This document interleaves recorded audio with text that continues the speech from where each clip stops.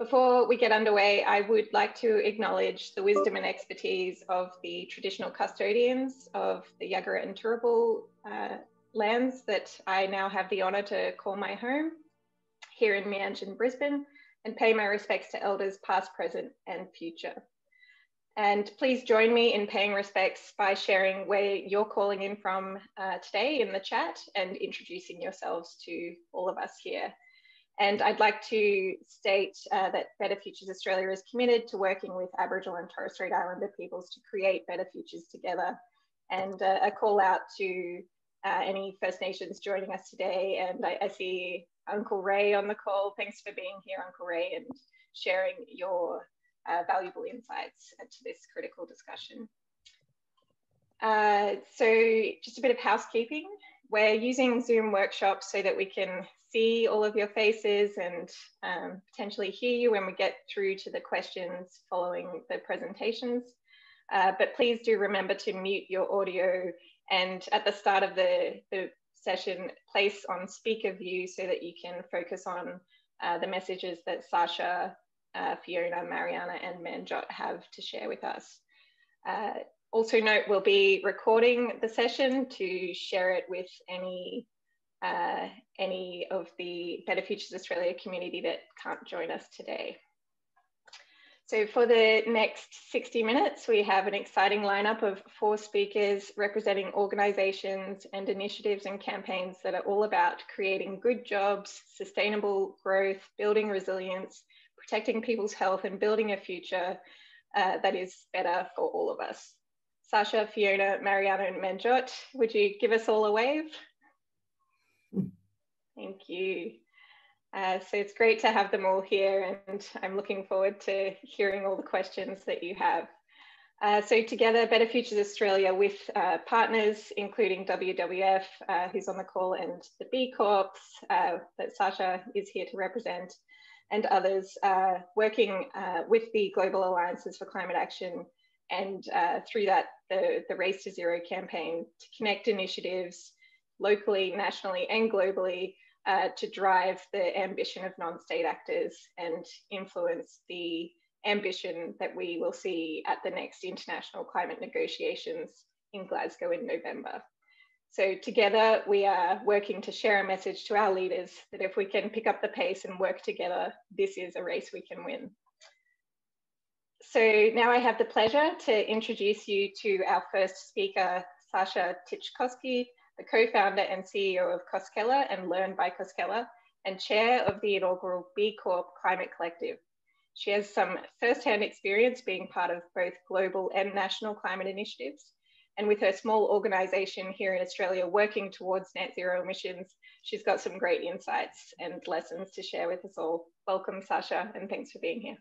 Thanks, Lisa, and hello to everyone. I guess I really wanted to share why we decided to commit to pretty ambitious targets, even though we're only an organisation of quite a small size. I've sort of felt very strongly that our certification as a B Corporation really carried with it an obligation to show leadership in this space. So it's very much part of sort of the global vision for B corporations. And it's also, you know, really for any corporation or organisation has to be part of their risk mitigation strategy going forward. And I think it also enables us to attract the right kind of people and partners if we can firmly signal that this is something that's of importance to us. Another sort of really big objective for us, I guess, even though we're only small, was to share our journey and to really try and inspire and support others to follow suit. So if we could use our sort of platforms to enable us to share our journey, to document it, then hopefully we can inspire more people to get to become part of it. So some of the different things that we're doing, we're obviously committed to net zero targets. So we're one of a number of B Corps who've committed to doing that. We're certified climate active, carbon neutral, and then shortly we'll be committing to science-based targets as well. So yeah, we're sort of doing quite a few different things. Plus, on top of that, we're also really trying to inspire our team to get on board and to take action as individuals. So we've been running, it's a program that will run over about 6 months, where every month we attack one particular area of an individual household's carbon footprint. So we've started with finance, and our second module was on energy. And then we'll sort of carry through all of the different aspects of an individual household's carbon footprint. We've had everyone individually measure their own household carbon footprint, and then we'll move to getting them to measure it again after the end of this program, because we felt very strongly that there was a desire for people, as there are, I think, generally out in Australian society, to want to do something, but a sort of a difficulty in trying to work out how they could actually do something. Then my other sort of hat, I guess, is wearing the hat of the chair of the B Corp Climate Collective. So we're a group of B Corps who feel very strongly and who volunteer our time to both help to inspire B corporations, but also to provide resources for other corporates to use to help them embark on their climate change journey. And we also use our power of some pretty powerful brands to lobby and to try and encourage change. So we've got companies like Patagonia, T2, Intrepid, Kathmandu, and we're really using our power both as consumer brands, but also just as brands generally, to get out there to both talk to our customers and also to use that power to lobby for change. So I, yeah, really I'm excited about today, and I think it's fantastic to have Better Futures Australia really taking the conversation across different sectors. I think there's a lot happening at the moment, but it's quite segmented, and it's really great to sort of be able to try and bring all of us together. And I think there are some really amazing things that we could all do if we combine our forces and work together to try and achieve some really some great output, I guess, in relation to this area. Lisa, I might hand it back to you unless anyone has any particular questions, or you're going to do that later. Thank you so much, Sasha. Please do post your questions for Sasha in the chat, and we will revisit those following the speakers, just to cover a lot of ground in the hour that we have you all this morning. Some great insights there, Sasha, and it is really inspirational to see all the brands behind the B Corp Climate Collective in Australia and New Zealand doing the work and making those ambitious commitments. So thank you for all that you're doing. So I have a couple of slides to share with you all to just introduce Better Futures Australia briefly for anybody on the call who this might be new to. So just bear with me while I share that. Okay, so Better Futures Australia, as Sasha mentioned, is, oh, sorry, I am on the last slide.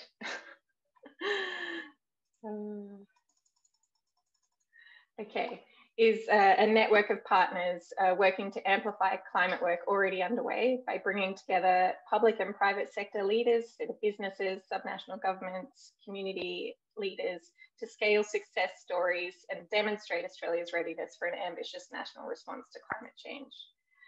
We recognise that responding to climate change, particularly in Australia at this point in time, will require all of us acting and working together collaboratively, including alongside and in partnership with government to deliver the solutions at the speed and scale required.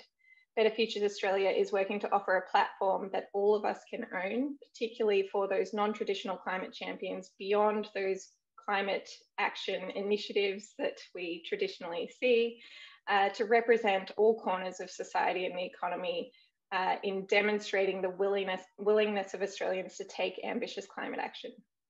At the same time, this initiative is providing the safety in numbers so that together Australians can step up and call for the national response we need from our government in time for the global climate negotiations and ensure the Australian government is a positive influence when they go to Glasgow this November.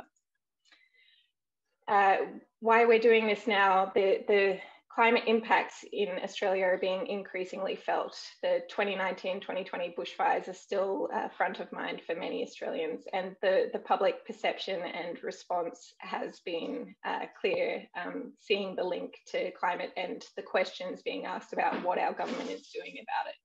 We've seen every state and territory government commit to net zero emissions by 2050, and most have also put in place ambitious renewable energy programs. Many of Australia's investors and big businesses, as Sasha just shared some examples, are also putting in place ambitious plans and voicing support for the transition to zero emissions. And so far, the Australian government has ignored calls for a credible national climate policy, with politicisation having made climate change a toxic partisan issue in our country. Internationally, climate commitments from China, Japan, South Korea have significance to our economy, making up 75% of coal exports, and then add to that US President Biden's new climate policies and diplomacy, Australia is becoming increasingly isolated in their climate position.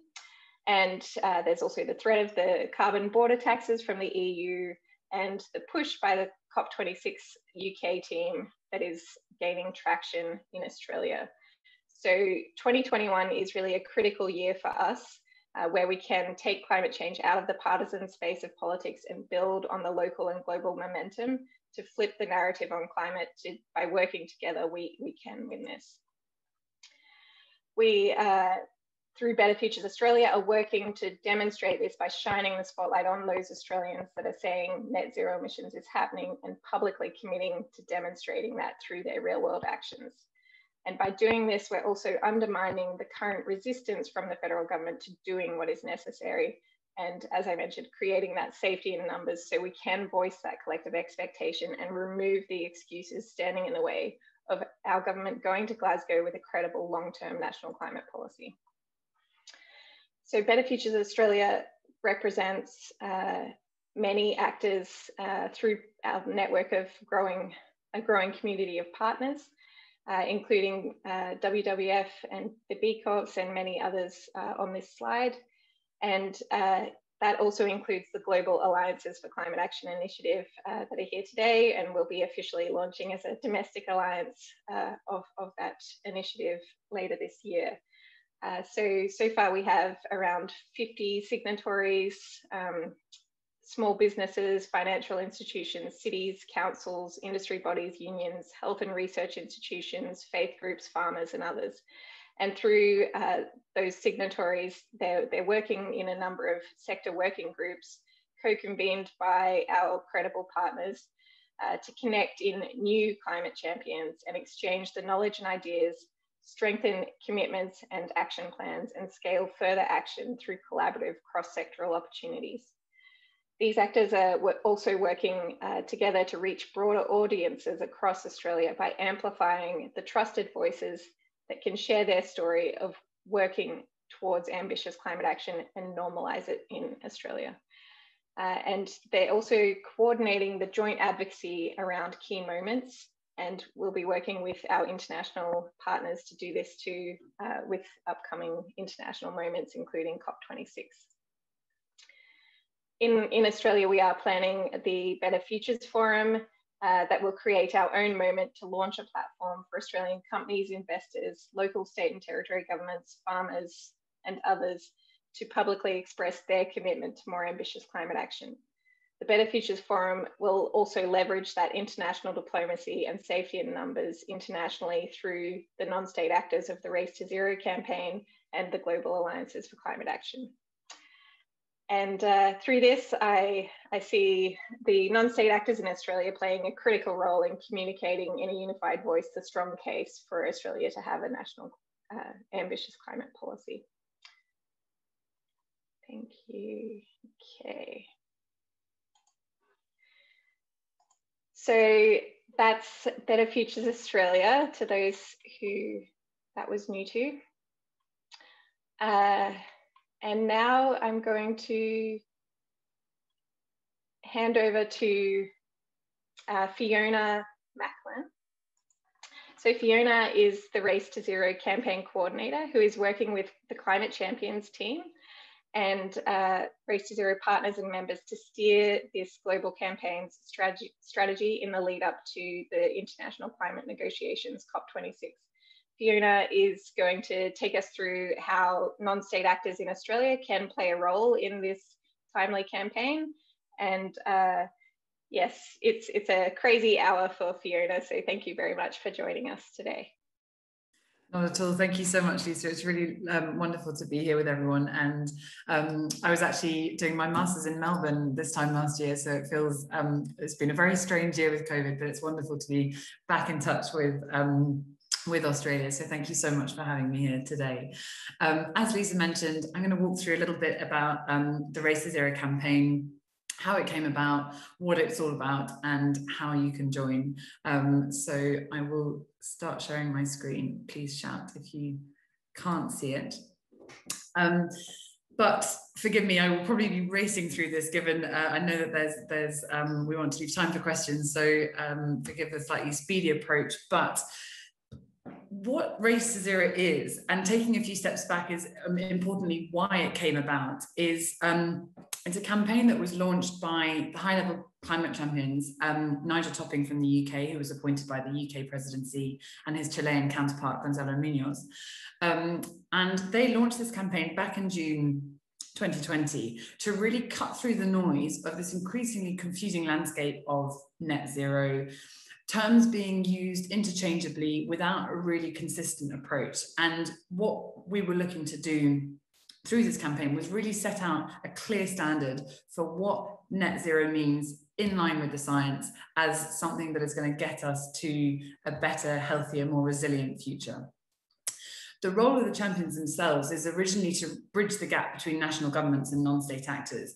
And this campaign is really designed to mobilize the non-state actors towards a path in decarbonisation and achieve a zero carbon future by 2050 at the very latest. So really the idea of this campaign is to bring together actors from across society, be that universities, cities, businesses, regions, and across regions as well, and really amplify their voices so that come COP26, this campaign can send a really loud message to national governments to say non-state actors are on board, they are committed to decarbonising, they are already underway, but also to create this infrastructure underneath national governments to activate what we call the ambition loop that I know Manjyot and Mariana will touch on later. But really the idea is to design, to bring together initiatives that are already working on climate action, amplify their voices and demonstrate that a credible decarbonisation pathway is underway, is possible, but we do have to act together to get there. What Race to Zero is trying to demonstrate is that we are looking to bring together criteria and climate action that is needed. It is in line with the science, and it is targets that are set that are meaningful. But this also means it's not about sacrifice, it's not about giving up things that we used to, it's about a better world for all of us. And so really the messaging behind this is that no city, no business, no non-state actor will succeed in a world that fails to decarbonise. And therefore there's a real momentum behind this idea of decarbonisation means a better world, and that is possible. The third pillar of our messaging is really what's underway. So this is a campaign both about strengthening the credibility around the term of net zero, but also about building momentum and generating this pivot from ambition to implementation. So really demonstrating that the transition is accelerating, that we're seeing phenomenal commitments day by day from leading automotive industries, LafargeHolcim's cement industry, across the world, across sectors, across industry types. We are seeing movement happening. And so we just need to make sure that this is continuing and that we are hitting all corners of the world and all sectors. Who's in the race so far? We've seen an exponential growth since last June. We've got over 500 cities now, over 20 regions, over 2,000 businesses, over 100 investors, and over 560 universities. That is growing day by day. And we're also looking to really strengthen and kind of bring in new actor types, be they faith groups, be they cultural institutions, to demonstrate that this is an all of society campaign. What we want to achieve, though, by November is for Race to Zero to represent at least 30% of the global economy, at least a quarter of total greenhouse gas emissions, and at least 30% of the population. And actually, the second row, and this is really what excites me about this conversation in particular, is the diversity of the campaign, and really hitting, as I mentioned, these different corners of the globe, and why targeting and engaging organisations and institutions in Australia is so important to us. We want this to be a global campaign, and it has to achieve coverage in different countries across sectors, as I mentioned, in order to really be prompting, activating these ambition loops, but also making sure that no one is left behind, that it is a just transition, and that it is one that is bringing everyone together rather than just Europe or the UK doing it by itself.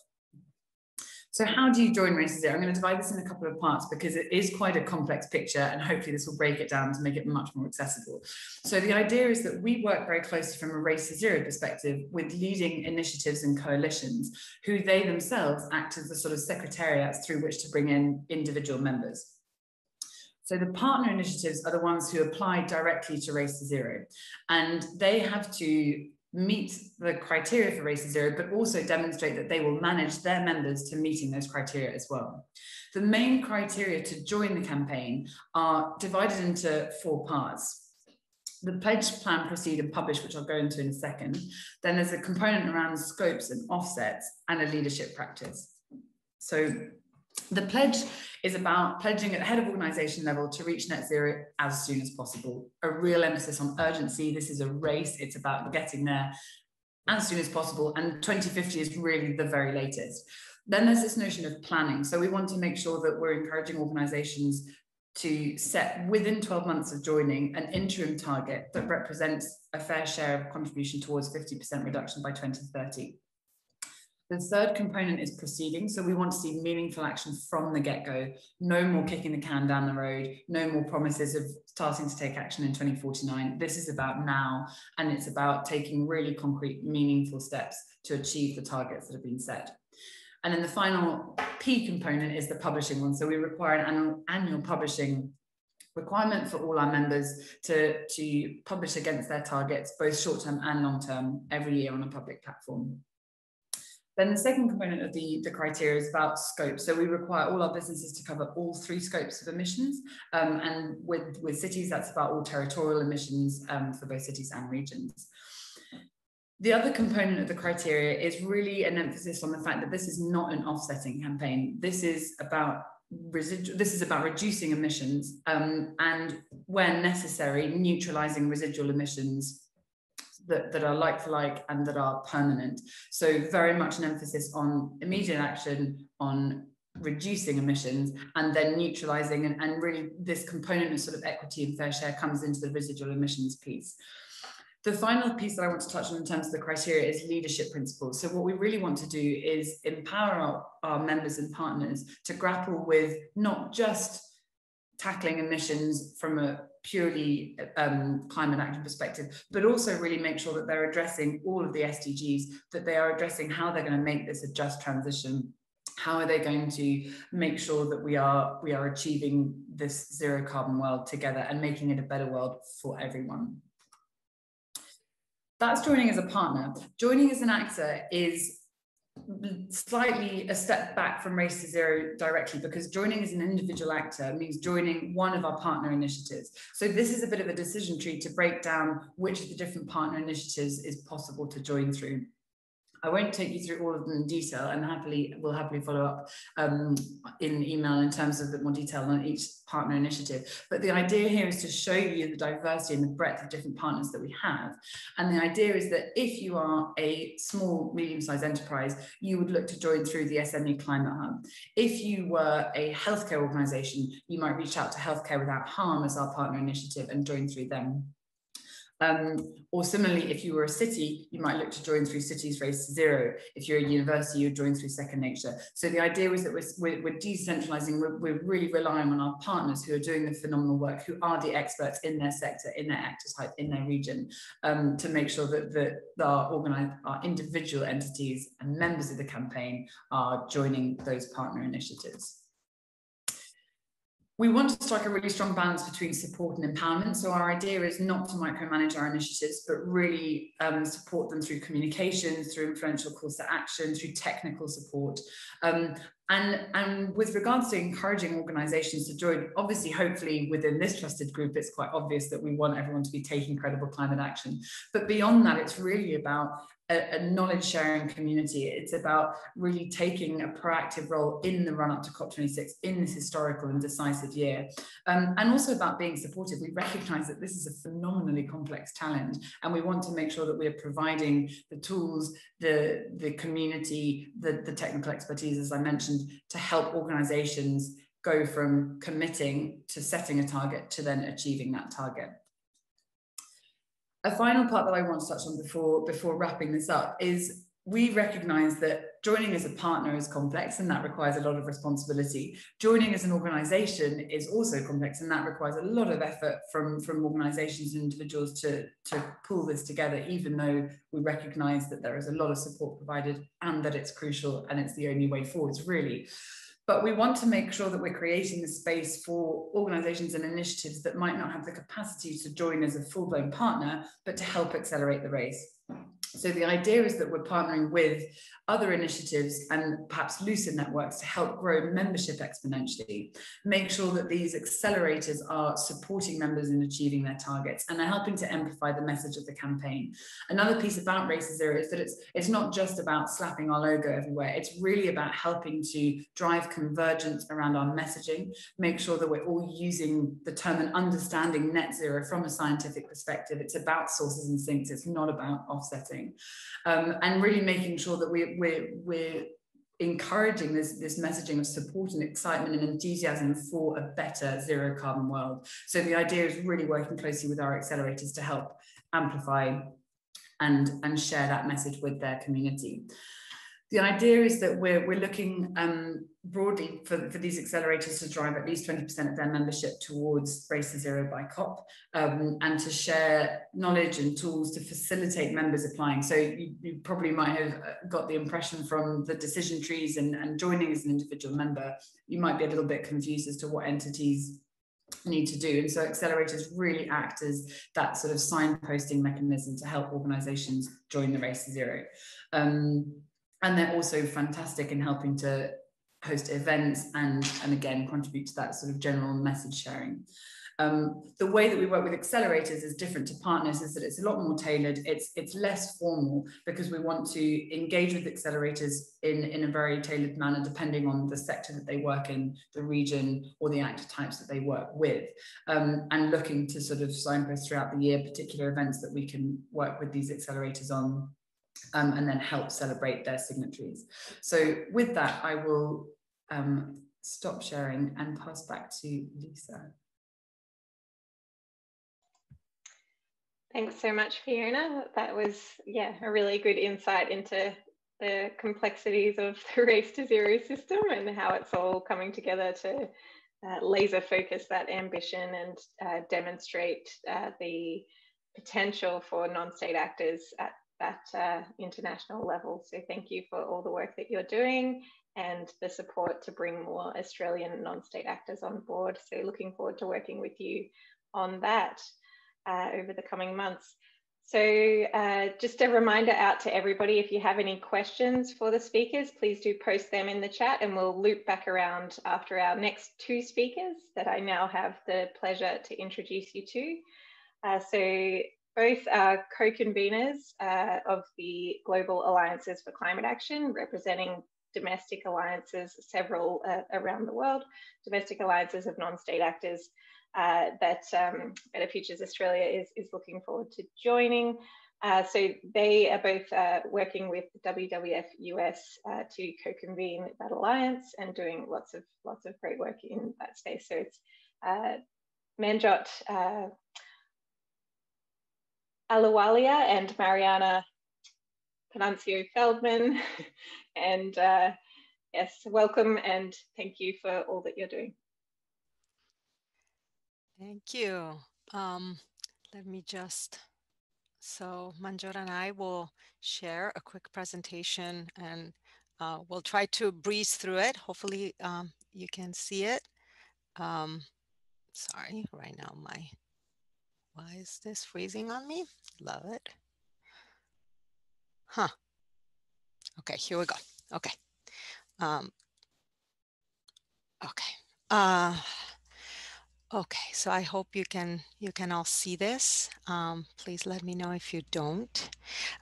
So very briefly, hello, I'm Mariana Panuncio-Feldman. I am calling from the land of the Anacostans, now known as Washington, D.C. And I'm here with my colleague Manjyot Ahluwalia, who will also join me in this presentation. Basically, I think we're united in more ways than one. My understanding is that the cherry blossoms that are here right now around the tidal basin in Washington, D.C. Can also be found in Australia and in other parts of the Asia Pacific region, and they're blossoming and blossoming early, in part due to climate change. So yet another reminder of how we are united in what needs to be this joint race to zero. So very briefly, we wanted to tell you about what Alliances for Climate Action is, which you're going to see echoed in what Lisa shared on behalf of the Better Futures Australia, and show you how this complements the Race to Zero and what our role is. I think the first question was asked is, okay, so how do we join the Race to Zero, and how does BFA potentially help us in doing that? So breezing very quickly through this, I think Manjyot and Lisa and Fiona have made the case for what we all wake up thinking about, and that is how we drive all economies and societies across the world down this ramp while generating well-being and prosperity. And we think that a key aspect to this is national governments, but also subnational and non-state actors, institutions. And by that, we mean the private sector, the investors, the state and local governments, civil society organizations, academic institutions, cultural institutions, indigenous federations and others. And basically what we need is for them to act together. And we know that based on the collective commitments made by subnational and non-state actors now, if fully delivered, they could already put us in a 2-degree compatible trajectory. But while this is promising, we know that A, we're not there, but B, most importantly, when you start disaggregating the contribution of subnational and non-state actors by geography, what we find is that the engagement of subnational and non-state actors is very uneven, and that we have yet to build enough critical mass across geographies to get us to where we need to go. So basically what we have found and what gave rise to Alliances for Climate Action was the recognition that champions do exist. These subnational and non-state actor institutions that are leading by example exist everywhere, but we don't have enough of them. The other thing that we have found is sometimes their work is amazing, but is not well known in the country. Sometimes their work is better known in the international conferences than back at home. And the third thing is that a lot of the effort is organized by constituency, by actor group, businesses with businesses, cities with cities, and on and on. And that has translated not just into the action work, but also into the advocacy space. And by being divided, we're not as effective. And so Alliances for Climate Action came not to replace existing initiatives, but to actually elevate them and unify them, basically create national coalitions of subnational and non-state actors that work together to drive ambition and action in their countries aligned with 1.5, because we know we have a shared global goal, but the actual change will need to happen domestically. Unless we do that and we create that ambition loop between supportive national policies and supportive action in the real economy by all these institutions, we won't get there. So basically, Alliances for Climate Action is based on 3 pillars of work. One is to elevate the current champions, help broaden that base of climate action and encourage and support them taking more ambitious action individually and working across constituencies to drive sector decarbonization. The second one is to really become a unified voice, the voice of that new economy, that new society that we need. And the third one is to do joint advocacy to get the right policy conditions in place, and to do this across enough countries to be able to generate an unstoppable momentum for climate action around the world. Right now, we are organized based on a broad family that includes global partners, national partners, and then the individual institutions, subnational non-state actor institutions that are part of this. So far, we have mobilized over 2,500 institutions that are part of this effort. They are organized into right now 7 member national alliances. Some of you may have heard of what was called We Are Still In, now rebranded as America is All In. We also have national alliances in Mexico, Brazil, Argentina, South Africa, Japan, and Vietnam. And we are super excited about what's coming in Australia. We have also interest in other geographies. We have live conversations happening in several countries right now. And our aim is, of course, to support this in as many geographies as possible, but we're being very deliberate in trying to get help support this effort in countries that together account for 50 or more, 50% of global GHG emissions, with a clear also target of having regional representation. What Alliances for Climate Action, we have a set of principles. The key thing for you to understand is that the alliances are being, while all institutions have to lead by example, Alliances for Climate Action is inclusive and recognizes that the journey to net zero, or credible net zero, is one in which actors are going to be at different stages. But here comes the rub with the race to zero.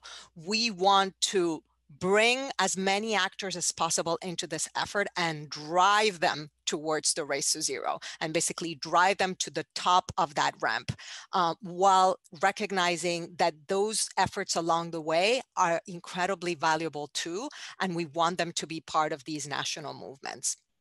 So the value added of Alliances for Climate Action, which is in the process of becoming an accelerator, as Fiona described, is basically that we can ground the game.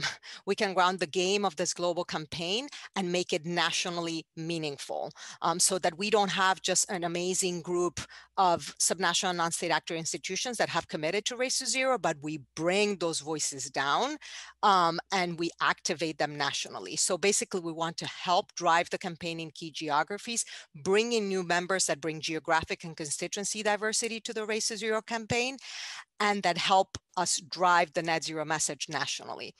The second piece is that we're trying to help create these collaborations for specific sectors, so that we can drive decarbonization in nationally and sector-specific ways.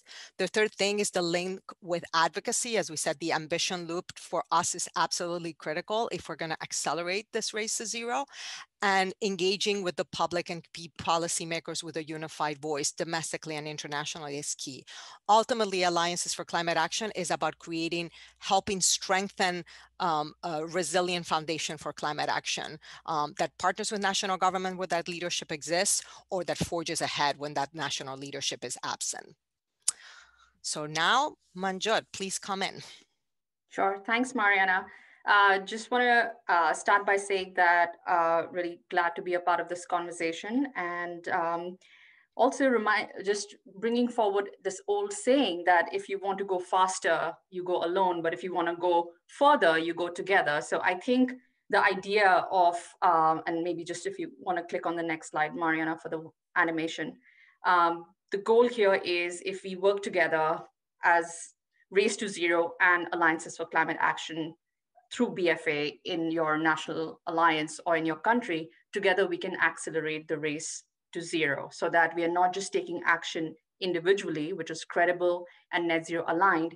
We are actually a part of a bigger movement where we can actually help collaborate and collaborate radically, so that we are all able to meet our net zero goals together.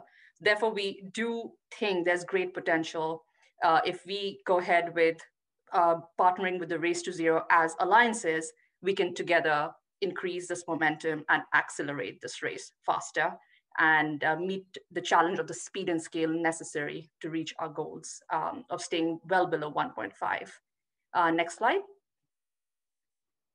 Now, of course, the question is, how do I then join the Race to Zero? There's also been a question in the chat which says, so is BFA then the entry point? Yes. And again, as we noted, that I think it's a combination of joining the Race to Zero as an individual actor, but also not stopping there. It is also to encourage membership in your national alliances for the reasons Mariana noted, where we want to grow this momentum globally, but definitely bring it all back home domestically. And we hope that with BFA, you're able to do so. So quickly getting to the mechanics of it and repeating a little bit what Fiona mentioned.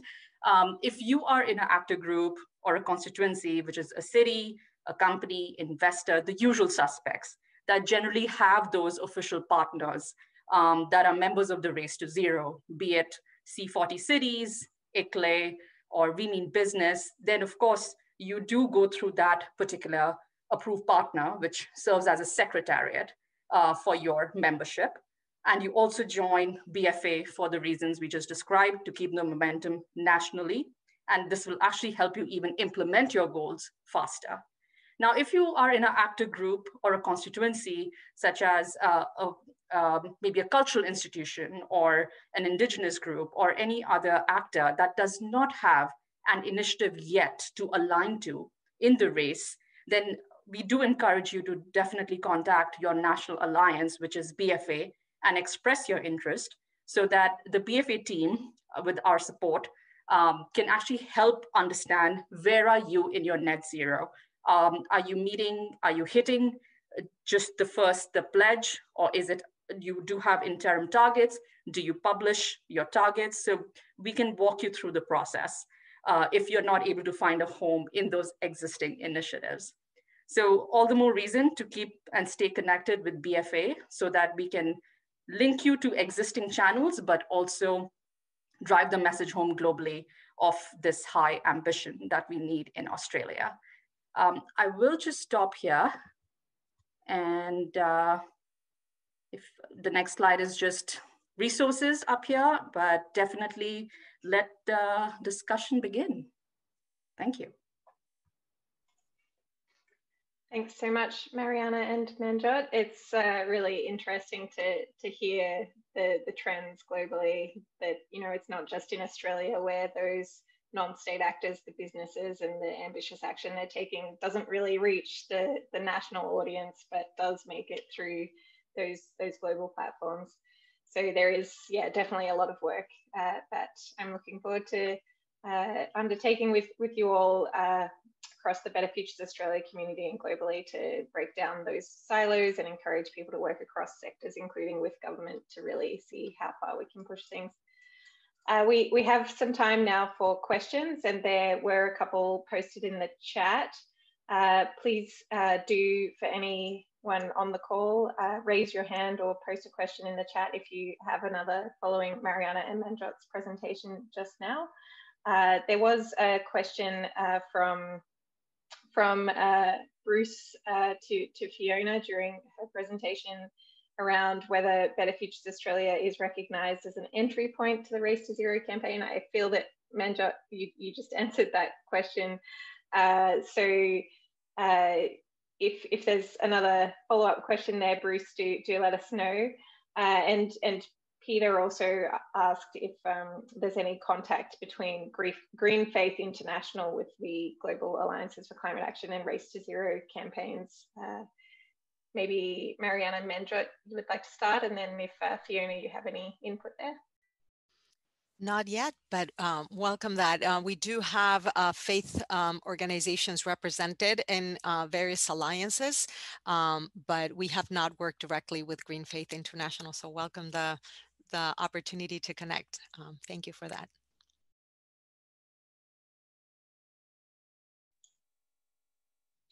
And Fiona, you haven't had any interaction with Green Faith International through Race to Zero? No, I was going to say something quite similar to Mariana, not yet, but we have been in touch with certain faith groups who are interested to form a partnership and become a sort of partner initiative so that they could act as that funnel for individual faith groups. So would be very interested to engage either directly or through alliances for climate action, of course. Great. And there's a question from Bruce around C40 membership. Is the membership capped at 40 and can other councils join? Or is there another entry point for councils? Fiona, I think that's a question for you, sorry. Yeah, sure. So interestingly, the name is a little bit deceptive. It's no longer capped at 40. And actually C40 has recently been superseded in a way within the Race to Zero campaign by this new initiative called Cities Race to Zero. What Cities Race to Zero does is act as an umbrella over initiatives like ICLE, like C40, like an Argentinian network for municipalities, and that's very much cities and local governments. So councils are absolutely part of that, and they can enter through that initiative. Thanks, Fiona. And Daoud, a question: do we encourage Better Futures Australia ambassadors to approach federal and state government MPs directly to encourage them to upgrade state and national targets towards zero emissions? The ambassadors, yes, and within the text of the Better Futures Australia Declaration, obviously it's whatever the individual organisations and community representatives are comfortable with, but there is a line in our declaration that calls on everybody to work together to jointly advocate for the changes that we need at whatever level of government. So yes, if there's conversations that can be had that can push for those changes, we do encourage that. So happy to talk to you about that offline, Daoud. A question from Krista. What's the link in terms of organisation through the UN between the Race to Zero and Race to Resilience? Is this all within the Climate Champions broad network? Another question for you, Fiona. Very good question. Yes, absolutely. So the idea was very much that Race to Zero and mitigation cannot go without being hand in hand with adaptation and resilience. So the Climate Champions launched in January the Race to Resilience, which is very much the sibling campaign of Race to Zero. The main, I suppose, functions of Race to Resilience is ensuring that we are really building on this just transition idea, ensuring that we're creating a future that is resilient, in which we are not just surviving the climate shocks and threats, but really thriving despite them. And so it's about putting people and nature first. It's about resilience of 4 billion people around the world. Very much not, as a quick emphasis, it's not an aid campaign. I think we've seen enough of sort of this idea that Western wealthy countries or initiatives will come and help vulnerable countries. That's absolutely not what it's designed to be. It's about learning from those communities that are most exposed, but also know often how best to react to these threats. So it very much goes hand in hand with and sits alongside the Race to Zero campaign, but the emphasis is on resilience. Great to hear. Thanks, Fiona. So Peter has just shared that the Australian Religious Response to Climate Change, which he represents in his ambassadorship with Better Futures Australia, is a foundation member of Green Faith International. So I think there's a follow-up conversation there about how that network can get involved in this global campaign. So that's exciting. And now Monica, my fellow colleague through WWF Australia, has a question she'd like to put to the speakers. Thanks, Monica. Thanks, Lisa. I'd be interested to hear, we've got a number of people on the call who are from companies that have set or in the process of setting science-based targets.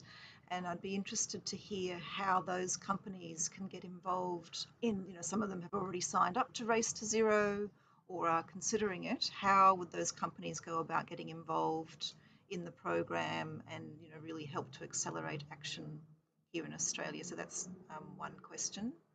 And the second question is in relation to a number of state governments that are also represented on this call, and how can the state government entities sort of best engage in the Race to Zero campaign also? Thanks. Thank you so much, Monica. So with regards to, I'll take that backwards, with regards to engaging state governments, I think really, really important. And back to I guess one of the first slides I showed in terms of that diversity of stakeholder act types, we are really looking to drive that convergence, drive radical collaboration between those stakeholders. And so actually the role that local governments and regions can play, not just themselves in driving and kind of operationally getting to net zero, but really driving collaboration between the cities, between universities in their regions is substantial. They're also, of course, the kind of perhaps the biggest and most important bridge between national governments and therefore sort of policy advocacy and the other non-state actors, so play a phenomenal part there. I will say, I probably will admit that I think it's one of the actor types that we have up until now not necessarily engaged sufficiently from my perspective within Race to Zero, so something that I'd be really excited to follow up with. I know in particular, for instance, in Australia, that all states are signed up to Race to Zero through the Under 2 coalition, so that would be something that I would be really interested to hear thoughts on and take that back and sort of see, bring that to life more within the campaign. And Monica, I'm so sorry, my brain is clearly about to shut down. That's fine. The companies that are represented, that have signed up to Race to Zero, that have signed the Science-Based Targets Initiative or are working through that, how can they best engage in the Race to Zero campaign and support the initiative here? And I was going to say that's actually a very good question, because it does often lead to confusion. So the Science-Based Targets Initiative is obviously very well recognised in what it does in terms of I guess, measuring targets and helping companies both commit and then set their targets. As a branch of that is the Business Ambition for 1.5 campaign. This campaign and initiative has been set up as a combination by the Science-Based Targets Initiative with the UN Global Compact and We Mean Business. That is the partner initiative that is within Race to Zero. So organisations that sign a science-based target have to sign the 1.5 degree aligned science-based target, and in doing so join Business Ambition for 1.5 in order to get into Race to Zero. The idea being that we are committed to Paris alignment and see that 1.5 degrees is the limit that we have to set ourselves in order to make sure that we are not surpassing our planetary boundaries. So obviously other science-based targets, whether that's well below 2 degrees or 2 degrees, are a really good step in getting towards that milestone. But in order to join Race to Zero, it has to be 1.5 degree aligned, and it has to be through the Business Ambition for 1.5 initiative. If I may add on the Business for 1.5, I think the other value add of joining that is it gives you an option of setting definitely that 1.5C aligned SBT, but there's another choice of saying that I also have, or I commit to a net zero target by 2050. So I think it tries to get at both the 2050 and the 2030. I think members, last I checked, could, it's a binary choice. In our world, it should not be a binary choice. You need to have both 2030 and 2050, but I think the campaign is trying to drive the message of 1.5, since SBTs end up being more midterm, 2025 or 2030, but it also would encourage a net zero target as well. So that's that dual role it's trying to play, if that's accurate, Fiona. No, absolutely. That's a really good comment, Manjyot. Thank you for that. And also just picking up on Bruce's comment in the chat about it being too complicated, really acknowledge that. I think it, and as has been mentioned across the various speakers, I think there's, it really is a complex field, and one that we are still obviously developing knowledge and tools and awareness of. This actually leads me to perhaps dive in a little bit briefly to how we operationalize and manage the criteria that are set within Race to Zero. So when a partner initiative applies, that application doesn't sit just within the Climate Champions team. It actually goes into an expert peer review group, which is an independent group, sits outside of the Climate Champions team, chaired by the University of Oxford, and brings together a wonderful group of practitioners, expert scientists. The idea of this group is that it comes together to discuss whether it deems an initiative meets the criteria for Race to Zero. So as you may recall in the slide I shared around the criteria, the science-based targets is not within that. The purpose of that is really to make sure that we are open, we're flexible, and we're adapting to different actor types, different regions. We acknowledge that science-based targets is primarily business focused, and it's also a methodology that up until now has been mainly one that has been relatively Western / kind of UK Anglophone, and therefore there's a real acknowledgement that we want to create scope for innovation for that. That said, there is an acknowledgement also that this is complicated, and that actually the Science-Based Targets Initiative has sort of trodden through that complication and established a really, really solid and credible methodology to make sure that targets that are set and committed are legitimate and credible and will get us to that net zero carbon future. So I suppose to balance that answer out, I would say absolutely understand that, and that's why different partner initiatives will have different methods that they require from their member organisations. On the flip side, it's not going to be a complete walk in the park, because it is a complicated thing that we are asking organisations to and entities to commit to, despite that being obviously for the better and communities rather than sacrifices at the end.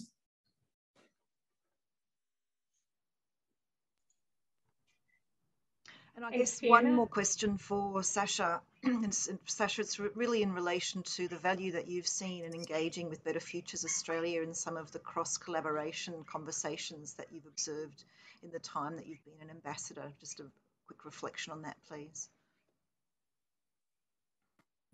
I think for me personally, there's probably still a bit of a way to go on that front. So I think I'm really keen to see the BCCC and Better Futures Australia align more strongly. So, and I think there's some really good opportunities there. And then I guess I'm really looking forward to trying to bring more, to help other organisations and to bring other organisations along on this journey and to help sort of bring them into the Better Futures network. So I see that there's huge potential for us all to get together and to work together on this and to keep those cross-sectoral conversations going. And I think Better Futures is probably one of the few organisations that actually has the ability to do that, which is super exciting. I did also just wanted to say in relation to Bruce's question about the science-based targets that there is the SME pathway, which is a simpler way of committing to science-based targets and getting on board on that one. Just a quick plug for that one. So. Thanks for that, Sasha. So Celia, you have your hand raised. Did you have a question you would like to ask quickly before we wrap up? Yeah, I do. Thank you.